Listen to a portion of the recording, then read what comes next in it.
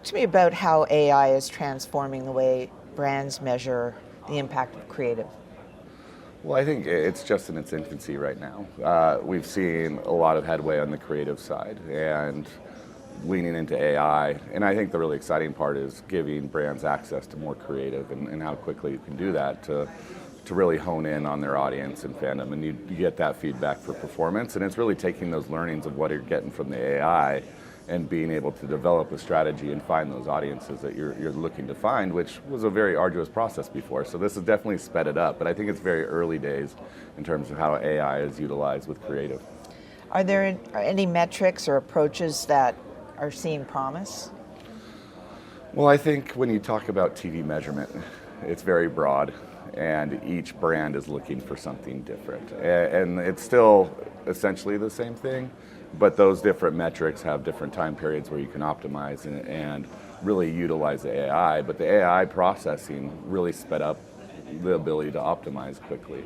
And so when you say, oh, I want somebody to go to my store, or I want somebody to buy something from my commerce site, it's all being measured differently, but that AI allows it to take the different types of feedback to react quicker.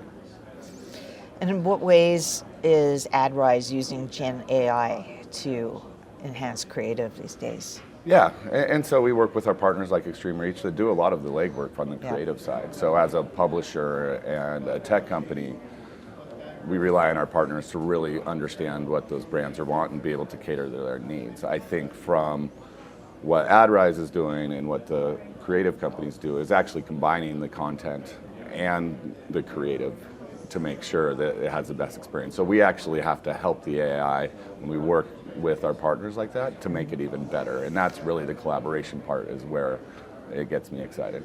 And so how do you ensure those AI tools are used in ways that are aligned with diverse and inclusive audiences? Well, I think when you look at Tubi, and my 8 years at Tubi, that was our bread and butter and why we've done so well and became the leading streaming platform in the world. Like, we looked at those audiences and the diverse audiences and understood that they had different needs than what other media companies were looking at. And we've really leaned into those fandoms and those different pockets of inventory, and having the largest library. In the same way, having a large library with creatives allows you to tailor creative and experiences. And so we've been looking at that approach of how we grew, how we found those audiences, how we found the really diverse audiences that were underserved on other platforms. And it's essentially the same thing, and we're just tying that to advertising. And so those are the things we're looking at. It's trying to take all the data that you can get from AI and really hone in on those smaller segments and really understand what's driving interaction, attention, all these things, and keep it all in one place. And so it's very similar to growing a streaming company. You want somebody to watch a piece of content, become engaged. And advertising is the same way. And I think that's the great thing. Even with Tubi, what we realize is how important that data is. It's not out of the box. Everybody's very unique, and AI allows us to tailor to those audiences. So you spent a few days here at CES talking to a lot of people. What technology or innovations are you excited about in the year ahead?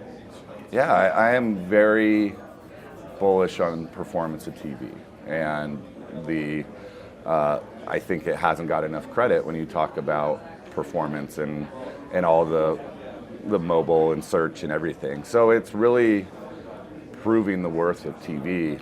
But I think the exciting thing is taking all these tools like AI and are able to feed performance even more. And so we have this great set of audience, we have a great set of content, and now we can dive even deeper, and it goes into finding those audiences and taking something that you may not think about of being very performant, or throwing thousands of different variables at the AI and finding pockets of performance, which you couldn't do before that because it's a very manual process of going that, and like going back and seeing performance, adjusting.